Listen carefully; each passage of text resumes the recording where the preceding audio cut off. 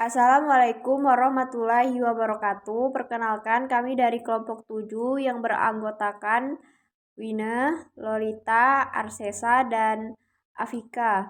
Di sini kelompok kami akan menjelaskan tentang materi metabolisme dan suhu tubuh. Metabolisme adalah keseluruhan reaksi biokimia beserta perubahan energi yang menyertai yang berlangsung dalam sel tubuh organisme. Dalam metabolisme, sel mengubah zat menjadi zat lain yang diperlukan tubuh. Untuk mengubah zat tersebut, sel memerlukan energi. Metabolisme dibedakan menjadi dua, yaitu anabolisme dan katabolisme. Anabolisme merupakan proses penyusunan senyawa kimia sederhana menjadi senyawa kimia kompleks. Anabolisme memerlukan energi dari luar yang digunakan untuk mengikatkan senyawa-senyawa sederhana menjadi senyawa yang lebih kompleks. Berdasarkan energi yang digunakan, anabolisme dibedakan menjadi dua, yaitu A. Fotosintesis yang menggunakan energi sinar matahari, B.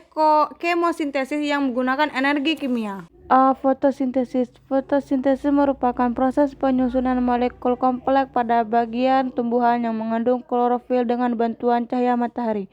Fotosintesis terjadi di bagian tumbuhan yang mengandung klorofil, terutama pada bagian daun.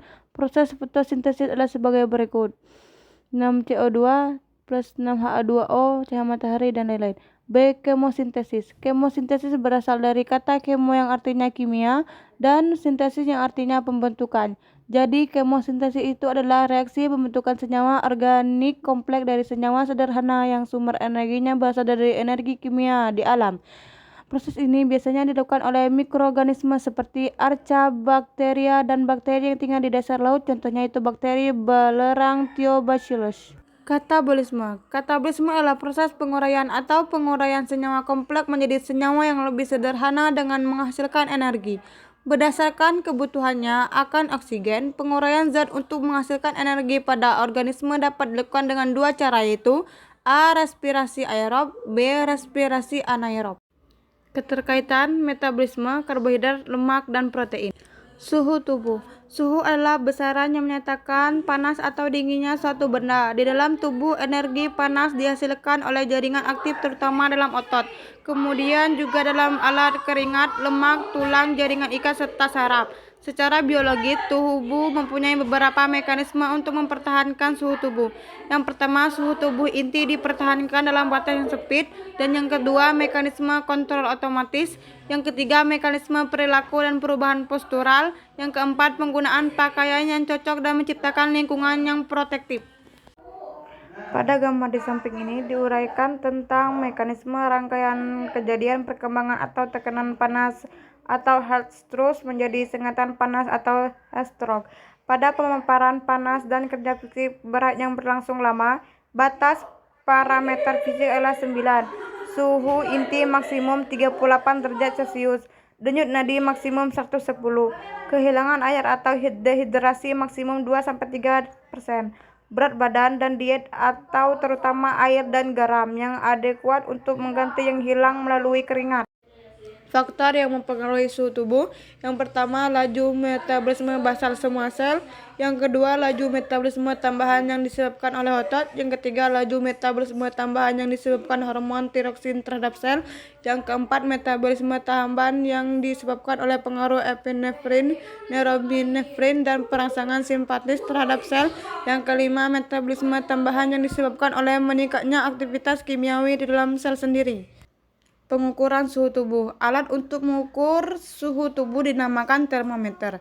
Alat pengukur suhu tubuh ini banyak jenisnya, yaitu termometer air raka, termometer digital, termometer bimetal mekanik, termometer alkohol, termometer kristal cair, jenis termometer termokopel, termometer inframerah, termometer resistor.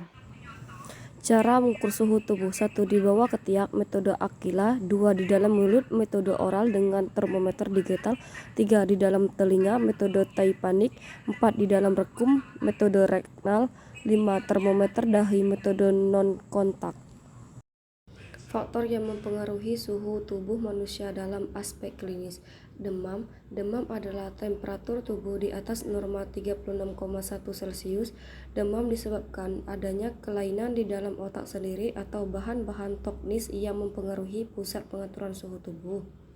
Menggigil. Keadaan ketika temperatur darah manusia lebih rendah daripada pusat pengaturan temperatur hipotalamus yang terjadi secara umum. Selama periode ini, seseorang akan kedinginan dan gemetar. Mekanisme homeostatis pada suhu tubuh manusia. Suhu dingin.